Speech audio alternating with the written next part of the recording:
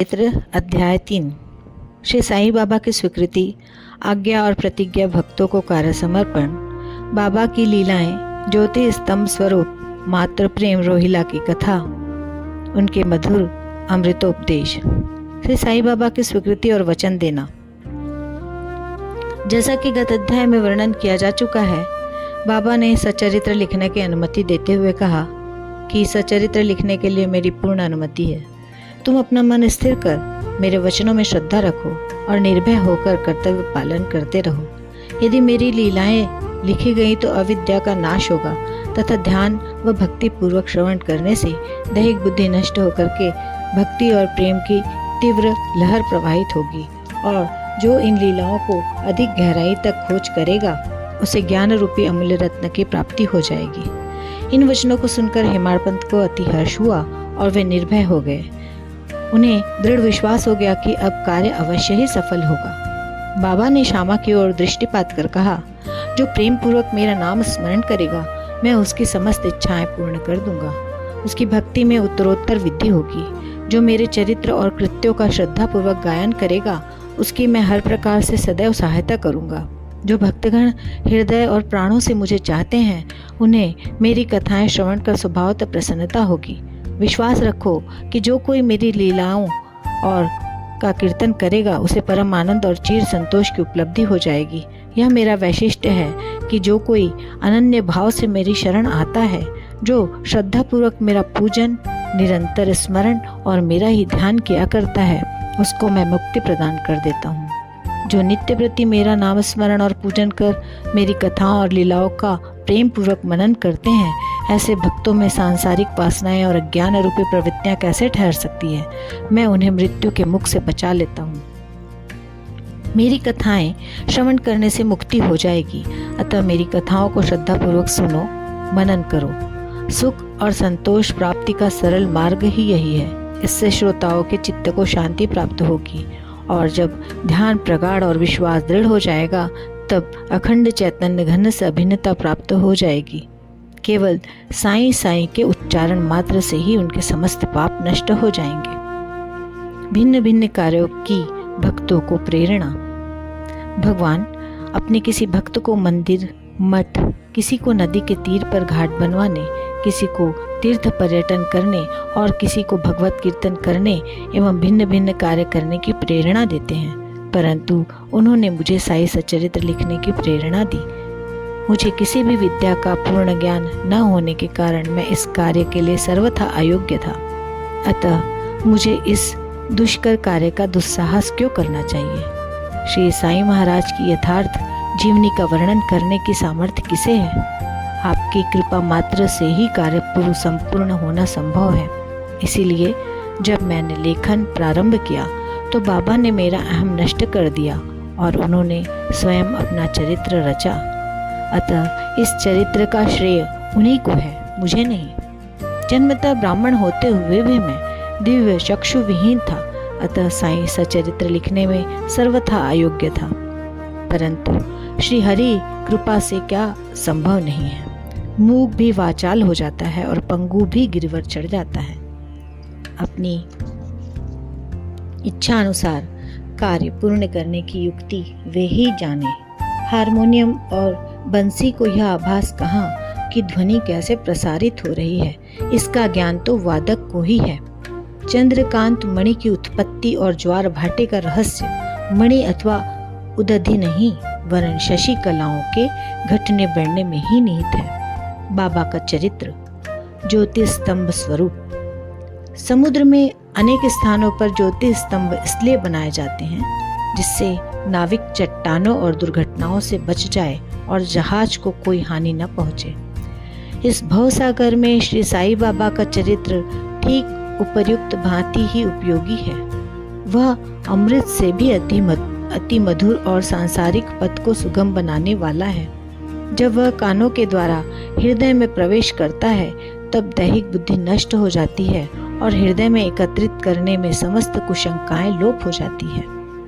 अहंकार का विनाश हो जाता है तथा बौद्धिक आवरण लुप्त होकर के ज्ञान प्रकट हो जाता है। बाबा की विशुद्ध कीर्ति का वर्णन निष्ठापूर्वक श्रवण करने से भक्तों के पाप नष्ट होंगे। अतः यह मोक्ष की प्राप्ति का भी सरल साधन है। सत्ययुग में शम तथा दम, त्रेता में त्याग, द्वापर में पूजन और कलयुग में भगवत कीर्तन ही मोक्ष का साधन है। यह अंतिम साधन चारों वर्णों के लोगों को भी साध्य है।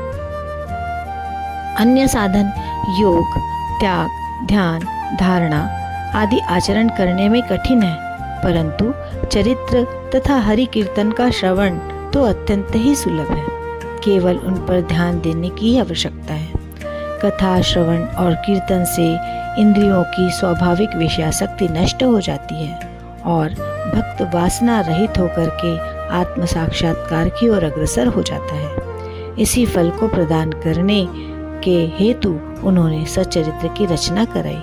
भक्तगण अब सरलता पूर्वक चरित्र का अवलोकन करें और साथ ही उनके मनोहर स्वरूप का ध्यान कर गुरु और भगवत भक्ति के अधिकारी बने तथा निष्काम होकर के आत्म साक्षात्कार को प्राप्त हों। साईं सच्चरित्र का सफलता पूर्वक संपूर्ण होना यह साईं महिमा ही समझे। हमें तो केवल एक निमित्त मात्र ही बनाया गया है। मातृ प्रेम। गाय का अपने बछड़े पर प्रेम सर्वविदित ही है।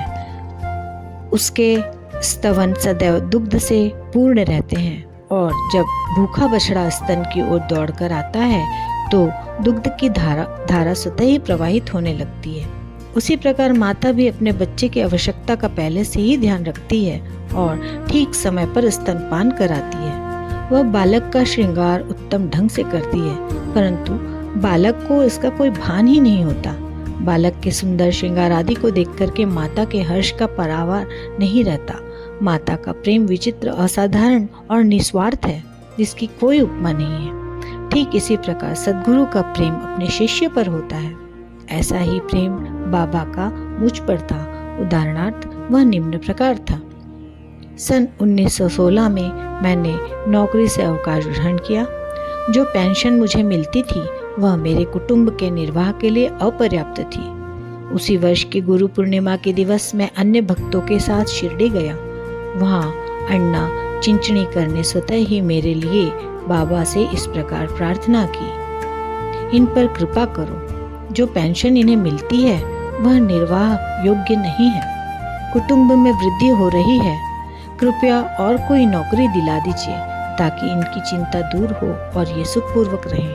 बाबा ने उत्तर दिया, इन्हें नौकरी मिल जाएगी, परंतु अब इन्हें मेरी सेवा में ही आनंद लेना चाहिए। इनकी इच्छाएं सदैव पूर्ण होंगी। इन्हें अपना ध्यान मेरी ओर आकर्षित कर अधार्मिक तथा दुष्ट जनों की संगति से दूर रहना चाहिए। इन्हें सबसे दया और विनम्रता का बर्ताव और अंतःकरण से मेरी उपासना करनी चाहिए। यदि ये इस प्रकार आचरण कर सकें तो नित्यानंद के अधिकारी हो जाएंगे। रोहिला की कथा। यह कथा श्री साईं बाबा के समस्त प्राणियों पर समान प्रेम की सूचक है। एक समय रोहिला जाति का एक मनुष्य शिरडी में आया। वह ऊंचा, पूरा, सुदृढ़ और सुगठित शरीर का था। बाबा के प्रेम से मुग्ध होकर के वह शिरडी में ही रहने लगा। वह आठों प्रहर अपनी उच्च और कर्कश आवाज में कुरान शरीफ के कलमे पढ़ता और अल्लाह अकबर के नारे लगाता था। शिरडी के अधिकांश लोग खेतों में दिन भर काम करने के पश्चात जब रात्रि में घर लौटते तो रोहिला की कर्कश पुकारें उनका स्वागत करती थी। इस कारण उन्हें रात्रि में विश्राम न मिलता था, जिससे वे अधिक कष्ट और असुविधा का अनुभव करने लगे। कई दिनों तक तो वे मौन रहे, परंतु जब कष्ट असहनीय हो गया तब उन्होंने बाबा के समीप जाकर रोहिला को मना कर इस उत्पात को रोकने की प्रार्थना की। बाबा ने उन लोगों की इस प्रार्थना पर ध्यान न दिया।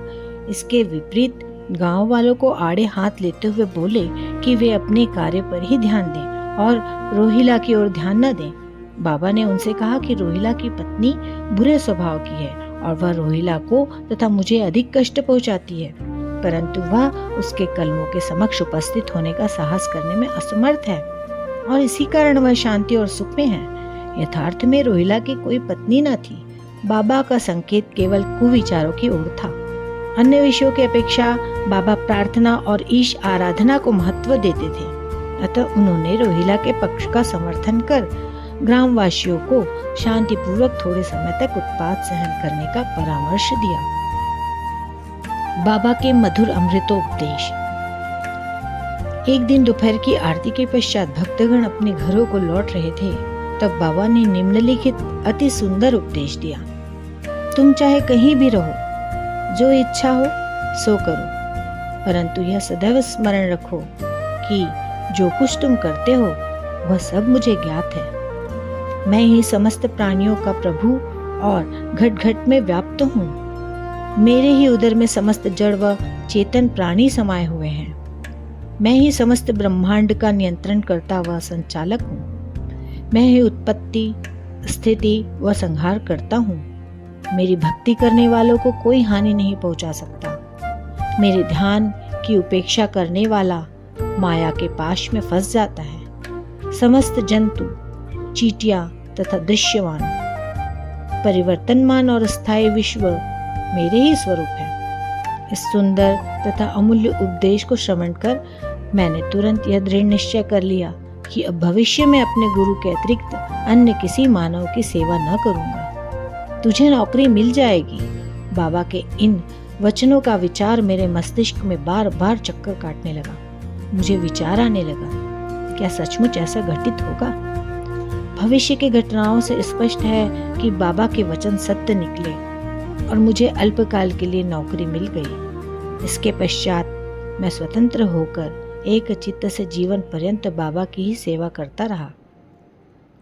इस अध्याय को समाप्त करने से पूर्व मेरी पाठकों से विनम्र प्रार्थना है कि वे समस्त बाधाएं जैसे आलस्य, निद्रा, मन की चंचलता व इंद्रिय आसक्ति दूर कर और एक चित्त हो अपना ध्यान बाबा की लीलाओं की ओर दें और स्वाभाविक प्रेम निर्माण कर भक्ति रहस्य को जाने तथा अन्य साधनाओं में व्यर्थ श्रमित न हो। उन्हें केवल एक सुगम उपाय का पालन करना चाहिए और वह है श्री साई लीलाओं का श्रवण। इससे उनका अज्ञान नष्ट होकर मोक्ष का द्वार खुल जाएगा। जिस प्रकार अनेक स्थानों में भ्रमण करते हुए भी लोभी पुरुष अपने गड़े हुए धन के लिए सतत चिंतित रहता है, उसी प्रकार श्री साई को अपने हृदय में धारण करो। अगले अध्याय में श्री साई बाबा के शिरडी आगमन का वर्णन होगा। श्री सद्गुरु साईनाथ अर्पणमस्तु। शुभम भवतु।